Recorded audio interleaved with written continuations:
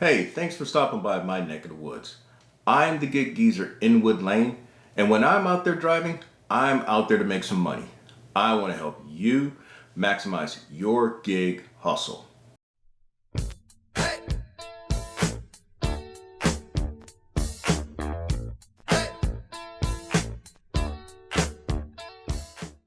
We're at the end of another year and the start of another year. And I hope that your 2021, you were able to accomplish a lot of the goals that you're able to accomplish. And I hope that the goals that you set for 2022 will come to pass as well.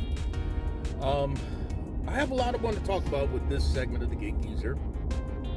The first thing, and it all ties in together really. First of all, it's kind of funny to me that Uber and Lyft is coming to me with trying to lure me back into ride sharing. And what they've done is they've sent out emails saying, hey, come on back, geezer. Come on back, geezer. You can make as much as $27.63 an hour, tips included and all other incentives. That's a pay cut. That was back at the beginning of October when I got that one. Then in November I got one. Hey, geezer, come on back. You can earn up to $24, including tips and incentives and all that stuff, if you come back doing ride sharing. Then in December, a couple of times. Hey, geezer, come on back. You can earn $22 an hour if you come on back and do ride sharing with us. Well, I know that the small print is based on market. It's based on time of the day. It's based on how many rides that you may complete. It's based on a lot of factors. But why would I be interested in taking a pay cut? It's not worth my while. The last time I spoke about pay cut, that same week I got a friendly, well-written email from Amazon indicating that I had violated terms of agreement. And the only thing I could think was that I had cursed out the Amazon supervisors with the third-party van companies, because I told them, hey man, y'all are taking money away from us drivers, us Amazon Flex drivers, and I don't think well of y'all. Now I'm putting it nicely what I said though, but then they said, hey man, come on with us. I said, why would I take a pay cut to come on with y'all? And there was a supervisor there who actually, ironically, lived next door to me at the time. Literally was my next door neighbor. She just shook her head and said, yeah, he's not lying. It'll be a pay cut for him. At this juncture, I maintain an active status with Uber and Lyft, but that's it. I've not attempted or completed a rideshare ride since October 2020. And before that, it was March of 2020. So basically, in the last 2 years, I've completed one ride each on both apps. My thinking is that, why do I want to deal with all the headaches that go with rideshare? You deal with unruly riders. You deal with uncooperative riders. There's the health risk of riders. There's their hygiene issues that you got to deal with. Then there are the petulant kids who want to reach all over you and reach for your radio and turn it up, or they want to ask if you got an auxiliary cord, or they want to say, can you turn on the AC? Can you turn down the heat? Can you turn on the heat? And all that. And then if they can't have their way, be it the petulant kids or even the unruly other customers, they will then crock up a complaint against you alleging things that are completely false. And the rideshare company, Uber and Lyft, will actually consider what they say as gospel, and now you're basically been deactivated without cause. So I'm very much content with hamburgers and people's. In fact, as I'm putting together this segment of GigGeezer, I just picked up an order from a substation. People's subs, their salads, their groceries, maybe their TV set for a roadie delivery pickup. I'm content with French fries as opposed to people, and that's the way it's been for the last couple of years. I'm much happier with that. I don't have to worry about being literally one ride away from being deactivated. So that leads into something else. Now, the GigGeezer says this is a pay cut if I were to go to rideshare. Well, Since 2018, and I've got to use rideshare as a part of the earnings, because in 2018 rideshare was my primary money earner. And then in 2019, it transitioned from rideshare to Amazon Flex. And then since 2020, it's been pretty much gig apps like DoorDash, GrubHub, UberEats, Bike Squad, Roadie, you name it. Well, since 2018, the GigGeezer has earned over $210,000 doing gig economy work. Over $210,000. And if I were to use specifically the 2020 numbers, the GigGeezer has averaged over $30 an hour. At a minimum, average $30 an hour. Now, I must have also mentioned that UberEats, when they sent out that email, it was based on median. Now, quick math, median is the average between the highest number and the lowest number. And then your averages, you take all your numbers into consideration to determine what is an average. So the median is the highest and then the lowest. So we don't know what the highest is and we don't know what the lowest is, but they're saying the median number is 27. And the median is somewhere as close to what the average is. So anyway it goes, it's a pay cut for the GigGeezer. In fact, $27 an hour, if I were to use that number, is an acceptable number for me. Anything below 25 is really a poor outing for me. And this is not about taking any victory laps or anything like that, because as I get further into this segment, I'm going to explain I'm going to explain how, at least what is some of what goes behind me making what I make. Now, yes, $210,000. That's a good chunk of change, man. When I think about that, it's very humbling. It's very humbling because I know what I was making in other forms and facets of making a living. That is more than what I made in all the time that I was a newspaper reporter. And being a newspaper reporter was my chosen profession. I went to school to become a newspaper reporter, where I went back to school, and I ended with a degree in journalism. And then I worked for 10 years at daily newspapers, and I was one of the best in the country at one time. If I were to now this time 10 years ago, I was working in a call center for a local medical insurance company. In fact, it is the insurance company here in this state, South Carolina. And based on what I was making and what I made this year, in fact, this year the GigGeezer will make just south of $71,000 just on gig economy work alone. That equates to about $5,800 a month, and so $5,800 is in the neighborhood of $6,000 a month, which is what I've put out other segments of the GigGeezer this year.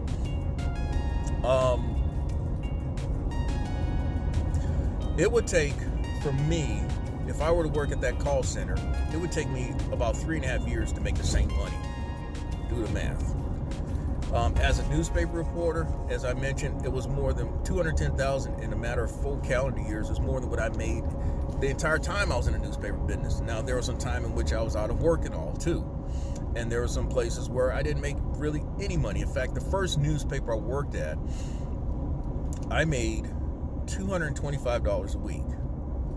I got almost that much back then. That was in 1989. About 6 months after I finished school. $225 a week. I remember when I was out of work a few years later, for almost a year, I almost made that much, or I got that much on unemployment. In fact, I got $210 a week on unemployment. But because I wanted to work as a newspaper reporter, that's what I worked. The most I made in any year as a newspaper reporter was about $30,000. I know, different time, different era. I've been out of business for over 20 years, but still, man, I mean, when you think about it, it's crazy. But one thing about some lines of work, if it's something that you really like and what you really want to do, you basically do it for free. And that's kind of what I did starting out as a newspaper reporter. Well, now it would take me almost 2 years to make the same amount of money if I were working at a car lot, my best year working at a car lot, or my best year working exclusively as an insurance agent. So all that is to say, the gig economy has been good to me, and as I have evolved, as has the gig economy evolved, I have taken advantage of the opportunities that have come my way in terms of diversifying income opportunities. Now, for me to make the money that I make, you can't be a thirsty. You just can't. Now, there are those who know me know that I'm highly critical of thirsties. I mean, I speak very derisively. That's your $5 word for today. Derisively, meaning speaking very bad of thirsties.